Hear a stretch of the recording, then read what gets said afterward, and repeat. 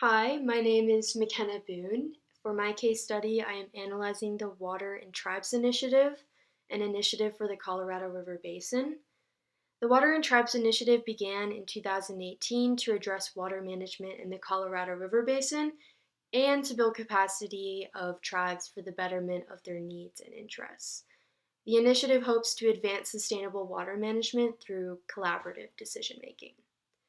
The initiative is guided by a broad leadership team and funded through the giving of time and volunteering of tribes and many other people, as well as funding from the Babbitt Center for Land and Water Policy and the Walton Family Foundation.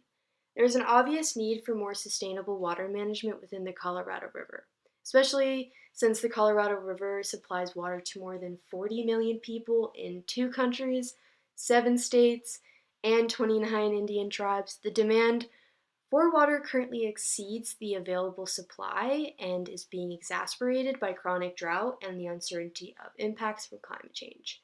In 2005, after 6 years of severe drought in the Colorado River Basin, federal officials and representatives of the 7 basin states began building a framework to better respond to drought conditions and coordinate the operations of the 2 basins' key reservoirs, Lake Powell and Lake Mead. These efforts are due to the fact that a large water supply is at risk, but yet tribes have unresolved water rights and too many loopholes to even obtain resources to have any sort of infrastructure to obtain the water from their water rights. So that was pretty surprising. And also that they were left out in the first place, considering they hold 20% of the basin's water rights. They were just left out. So the initiative calls for the development of a management framework that will replace those guidelines and contingency plans, providing a unique opportunity for tribal leaders to work with the federal government, the 7 basin states, and anybody else, any other stakeholder, and to just be able to incorporate everybody's needs and values in that. So policymakers and water managers cannot make deliberate, well-informed decisions without tribes at the table, and tribes face serious risks of marginalizations if they are not part of these conversations. Ignoring these considerations is said to generate hollow, unsustainable outcomes in the water. So overall, the Water Tribes Initiative has the goals to enhance the capacity of tribes to advance their needs and interests with respect to water management in the basin, and advance sustainable water management through collaborative decision making.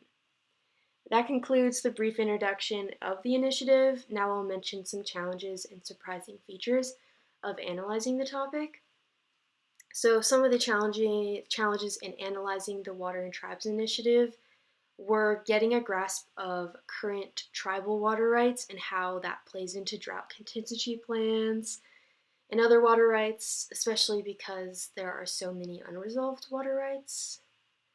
I also found it difficult to understand the various ways that the federal government makes it difficult for tribes to use their own water. The federal government has lots of grants and such for obtaining funds to build infrastructure to obtain water for tribes, but makes it inaccessible and almost impossible to be accepted for a grant. This was also something that surprised me. Another thing that surprised me was that the drought contingency plans left out tribes in the conversation and plan just altogether. So that is the brief presentation on Water and Tribes Initiative. Thanks for watching.